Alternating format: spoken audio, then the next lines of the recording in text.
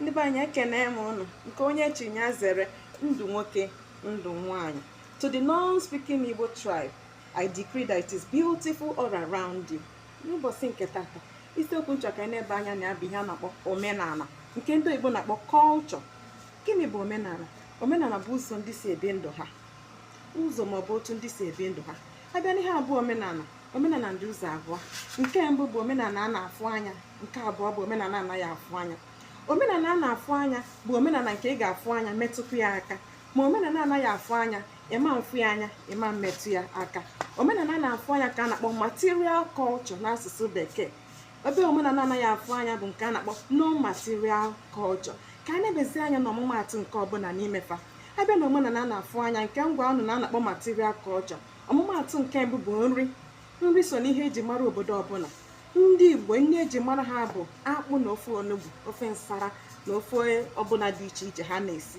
Abịa na nke ndị Awụsa, eji tuwo chinkafa mara ndị Awụsa.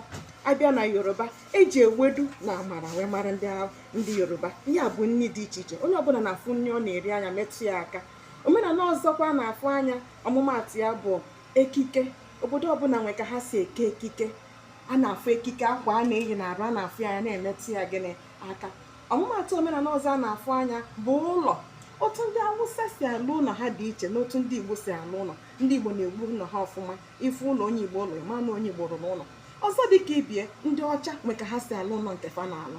Ị na-anya ihe ndị anyị na-akpọ kịta bụ ọmụmaatụ omenala a na-afụ anya. Ka anyị na-ebezi anya na omenala nke anaghị afụ anya. Dịka nsi gwa unu, omenala anaghị afụ anya ma mfụ anya ma mmetụ ya aka, nke ndị Igbo na-akpọ non-material culture. Ọmụmaatụ nke mbụ bụ asụsụ, language. Onwere na-afụ asụsụ anya, onwere ga-afụ asụsụ Igbo ma asụ Yoruba, asụsụ oyibo fụ ya metụ ya aka, mba.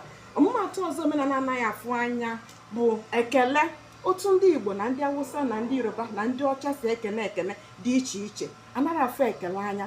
Ọzọkwa dịka ibie, omenala ọzọ anaghị afụ anya bụ egwu. Otu ndị Igbo si agba egwu dị iche na otu ndị Awụsa si agba nkefa na otu ndị Yoruba si agba nkefa. Ada afụ egwu anya, ada emetụ ya aka. Eji m aka n'ụbọchị nke tata na ịmụtara otu ihe ma ihe na-abụ gbasara omenala. Ka ọ dị n'oge ọzọ, abụ m onye nkụzi Chioma Nwose. Ndewo.